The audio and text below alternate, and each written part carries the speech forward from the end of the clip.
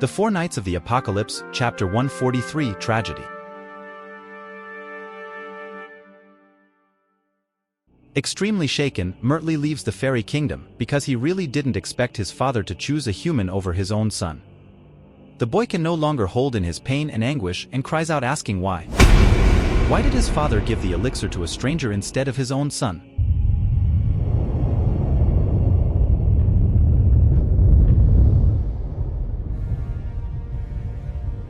But while Murtley was in that state, someone suddenly came up and asked Murtley what provoked his fury, what drove him to despair. Turning around, the boy recognized the figure and asked, "Why are you still here?" And Kilbegan simply replies, "You don't have to look at me like that, we probably started off in the wrong way, but I believe we can both help each other, because we have something in common." And after saying that, Kilbegan then asks Murtley to lend him her power, so that he too can make his wish come true. But Murtley refuses, saying she won't negotiate with a guy as strange as him.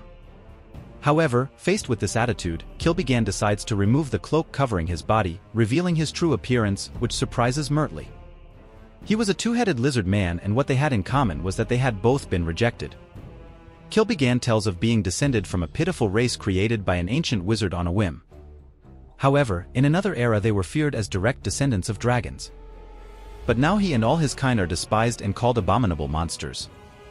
And he goes on to say, "No one can live alone, but there was no world that would accept me, a scary-looking wizard lizard man. No one except King Arthur. Yes, King Arthur offered me Camelot as a place to live. He is undoubtedly a true king who extends his hands to everyone, even the less privileged and excluded." However, Murtley says it's hard to believe this, because according to the stories he hears, King Arthur hates non-humans. But Kilbegan says that this is not true, because he only hates the four great races, who have continually tormented humans with wars. Having said that, Kilbegan talks about his proposal again, saying that his king is looking for an ancient elixir kept by the fairy clan. However, it is practically impossible for a stranger to enter the fairy kingdom, because as far as he can see, there is a trap at the entrance that identifies and intercepts enemies. And even getting to the king would be very difficult, let alone negotiating with him. Murtley then apologizes, saying that it will be impossible to negotiate with the king, as he would never give the elixir to a human. Kilbegan then extends his hand to Murtley, asking them to sign an agreement. For his king needs the elixir to help those suffering in his domain. And he needs the power it can give him to end all that anguish and despair. Meanwhile, inside the fairy kingdom, Diane desperately searches for King, without having the slightest idea where he might be. But soon he appears, walking gloomily towards her. But Diane keeps asking what they're going to do, because she believes that Tyra is beginning to suspect nations. And that Murtley may not be far behind if this is the case. However, King ends up having a rather unusual reaction. The king of the fairies jumps on Diane, falling flat on his face. Devastated, he begins to say that he hates her and that he will never be able to recover from this. Confused, Diane asks, "But who hates you?" And King quickly replies, "The nations." And totally shaken, King tells her that nations accused him of being a bad and unreasonable father, as well as looking at him with a look of contempt. And all this because he only wanted to give him the elixir. And here we are witnessing the couple's first fight, as Diane can't believe he did it, since he himself had said he wouldn't tell her anything about the ancestral elixir. But King defends himself by saying that he just wanted to compensate him for all the effort he was putting into creating a medicine for his friend. But the truth was that King couldn't stand it any longer, seeing his own son come out of the whispering tunnel every day with his head down and his shoulders slumped. But as soon as he finished saying that, they heard someone else say it, so it was really true. In front of King and Diane's surprised eyes were their children, Sixtus, Zillion, Belt, Xana and Feo. Without understanding, King and Diane asked why they were all there. And Zillion answers for all of them, saying that Feo told them what Mommy talked about with Tyra.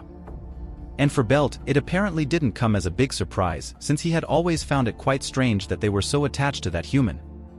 Xana, on the other hand, seems to be a little annoyed at only now knowing that Nations was her brother all along. However, one of them, Sixtus, is indifferent to this, saying, "Mom, Dad, if all this is true, why did you hide Murtley's elixir, which you created as your own son? Instead, you gave it to a stranger to whom you are connected only by blood." But King says it's not like that. He confesses that he even tried to give Nations the elixir, but he refused. And King wonders how he knows this. Staring at his country, Sixtus replies, "Because Murtley and I were watching you. We heard everything you said to Nations. We then move to Nasion's house in the fairy kingdom, where he was indignant with the fairy king and now even more determined to make the medicine even if it was alone, so that he could awaken Percival as soon as possible. However, he soon noticed something strange outside, where Tyra was standing. The girl was silent with her head down, until she noticed her older brother walking towards her. With a sad expression, Tyra confesses that she is sorry for having scolded him for his behavior, because as Nasions himself said, he is a kind person who has his own values. Then she asks him not to worry, because no matter what happens, he will always be the eldest brother of all. But Tyra soon realizes that something is strange, because Murtley was saying something very strange and in an even stranger way. Nasions and everyone next to him. Unexpectedly, Tyra is suddenly grabbed by the neck, leaving the girl unable to react and unable to understand why her own brother was doing this. Murtley has succumbed to the chaos, and seized by this dark force he attacks his own sister while saying, "You will all pay for taking everything from me." The gentle older brother undergoes a transformation. Tyra's life and the fate of the fairy kingdom are at stake. Continued in the next chapter, entitled Crack.